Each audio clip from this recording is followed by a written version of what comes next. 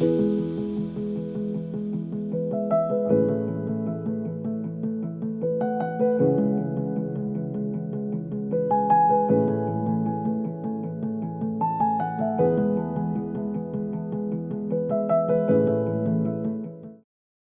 안녕하세요. 법무법인 가일의 김윤정 변호사입니다. 오늘은 임대차 계약을 어떻게 연장할 수 있는지에 대해서 살펴보도록 하겠습니다. 임대차 계약을 연장할 수 있는 방법에는 세 가지가 있는데요.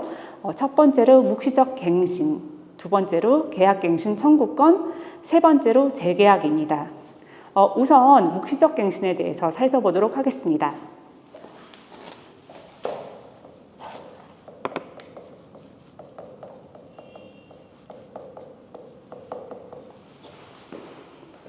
묵시적 갱신이란 쉽게 말하면 양 당사자가 계약 연장에 대해서 별다른 얘기를 하지 않아서 자동적으로 계약이 갱신되는 것입니다.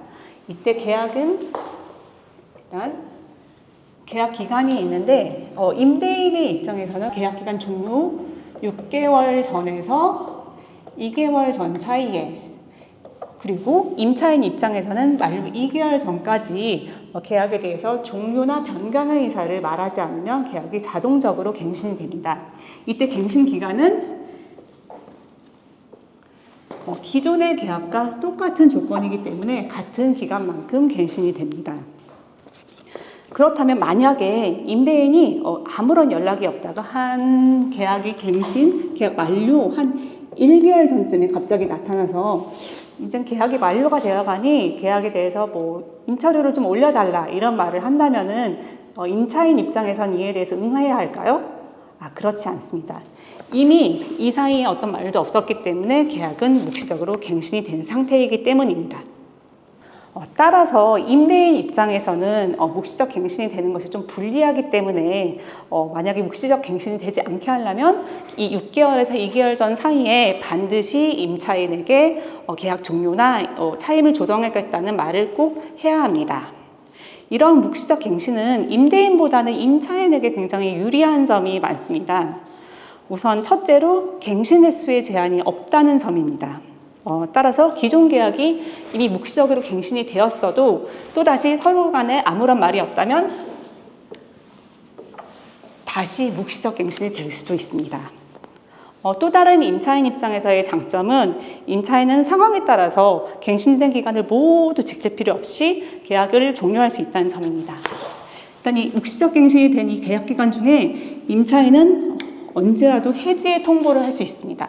그리고 이 해지의 통보가 임대인에게 도달한 날로부터 3개월이 지나면은 이 계약은 자동적으로 종료가 된다고 하겠습니다.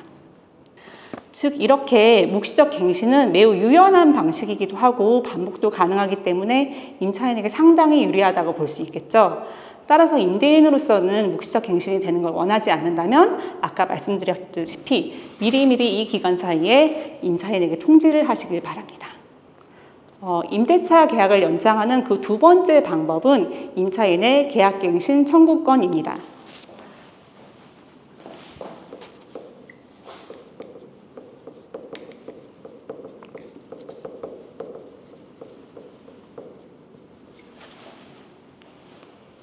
이 임차인의 계약갱신 청구권은 2020년 개정된 주택임대차보호법에 따라 새로 도입된 것인데요. 임차인은 단 한 번에 한해서 일방적으로 임대인에게 계약갱신을 청구를 해서 계약을 연장시킬 수가 있습니다. 근데 이렇게 강력하고 일방적인 방법인 만큼 이 계약갱신 청구권 행사도 행사 시기에 제한이 있는데요. 이 계약 기간 중에 역시 만료 6개월 전에서 2개월 전 사이에 반드시 이 계약갱신 청구권을 행사를 해야 합니다.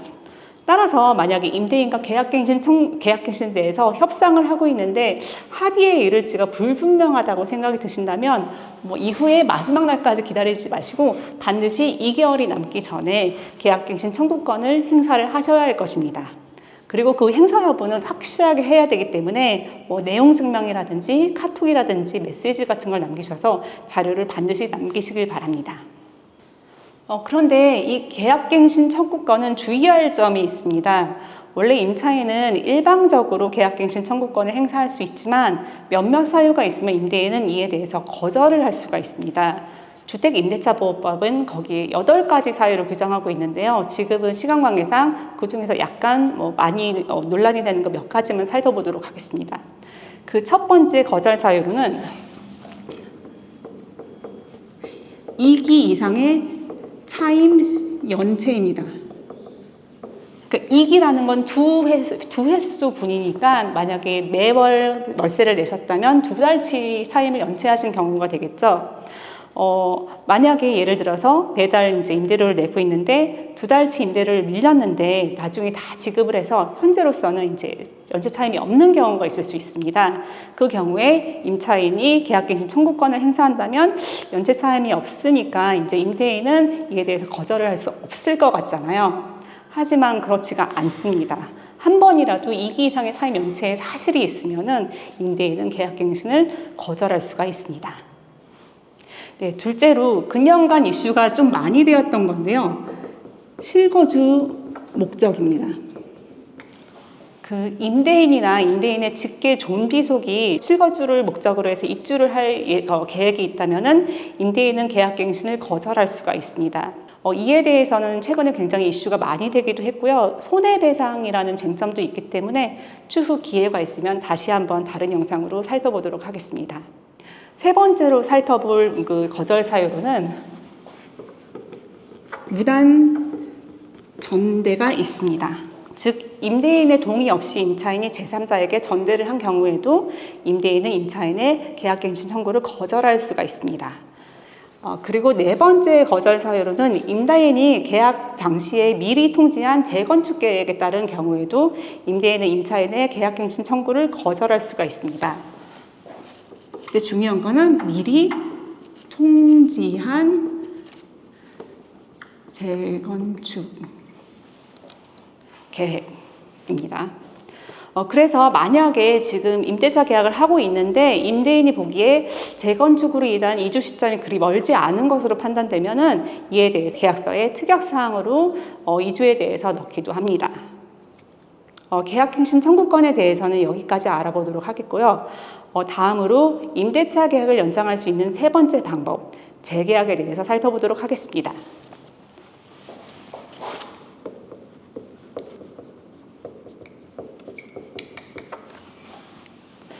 재계약이란 기존 계약을 종료를 하고 실질적으로 새로운 계약을 체결하는 것입니다. 그런데 임차인 입장에서는 아까 말씀드린 묵시적 갱신도 있고 계약갱신 청구권도 있기 때문에 이렇게 유리한 방법이 있는데 굳이 재계약을 하는 경우가 있을까 싶을 수도 있는데요. 그렇지만 재계약을 하는 경우도 상당히 많고 재계약이 임차인에게 유리한 것도 상당히 많습니다. 물론 재계약은 임대인에게도 유리한 점이 참 많이 있습니다. 기존 계약의 갱신의 경우에는 임대인은 차임을 5% 이상은 올릴 수가 없습니다. 하지만 새로운 계약의 경우에는 이러한 제한이 없기 때문에 10%든 20%든 합의가 된다면 그 이상을 올릴 수 있다는 장점이 있습니다. 자, 이 재계약은 임차인에게 계약 기간의 연장을 가져올 수 있는데요. 일단 살펴보자면 원래 2년의 계약을 했다고 보겠습니다. 2년을 계약을 했는데 이때 계약갱신 청구권을 행사를 한다면은 총 4년의 기간을 살게 됩니다. 하지만 원래 2년의 기간 후에 계약갱신 청구권이 아니라 재계약을 2년을 하는 경우를 살펴보겠습니다. 그러면 이때의 장점은 이 재계약의 만료 시점에서 아직까지 사용하지 않았던 계약갱신 청구권을 행사할 수 있다는 점입니다. 그럼 다시 2년을 살 수 있겠죠. 그러면 이 재계약의 경우는 6년을 살게 되는 것입니다. 이렇게 벌써 4년, 6년의 차이가 있고요. 만약에 이때에 묵시적 갱신이라도 한번 일어난다면 6년 이상의 거주도 가능한 것이겠죠. 그런데 이런 재계약에는 한 가지 유의할 점이 있습니다. 재계약은 나중에 기존 계약에 대한 계약갱신 청구권의 행사였는지 아니면은 재계약이었는지에 대해서 임대인과 임차인 사이에서 좀 의견이 엇갈릴 수가 있습니다. 만약에 이 재계약이 만료되는 시점에서 임대인이 갑자기 이거는 재계약이 아니었고 기존 계약에 대한 계약갱신 청구권의 행사였다. 그러므로 더 이상 살 수 없고 나가야 된다라고 주장을 하는 경우가 왕왕 있기 때문입니다. 따라서 재계약을 하는 경우에는 계약서에 이 계약은 기존의 계약을 종료하고 체결한 새로운 계약이다라는 사실을 명확하게 기재를 하셔서 추후 분쟁을 방지하시길 바랍니다. 네, 지금까지 이렇게 세 가지 계약 연장의 방법에 대해서 살펴보았는데요. 그래서 이 계약갱신 청구권이든 재계약이든 하면서 보증금을 증액하는 경우가 있습니다. 그때의 주의사항을 마지막으로 살펴보면서 마무리하도록 하겠습니다. 간혹 실무에서 보증금을 올려주기로 한 경우에 임차인이 계약서를 작성하지 않고 증액된 금액만 송금을 하고 마는 경우를 본 적이 있습니다. 그러나 보증금의 증액이 있는 경우에는 반드시 증액분에 대해서 계약서를 작성하시고 확정일자를 받으셔야 합니다.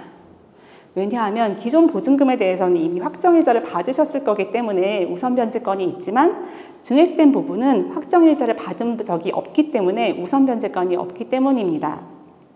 따라서 증액된 부분에 대해서 계약서를 작성하셔서 확정일자까지 받아야 이 부분에 대해서도 우선 변제권이 발생한다고 하겠습니다. 특히 주의할 점이 있는데요.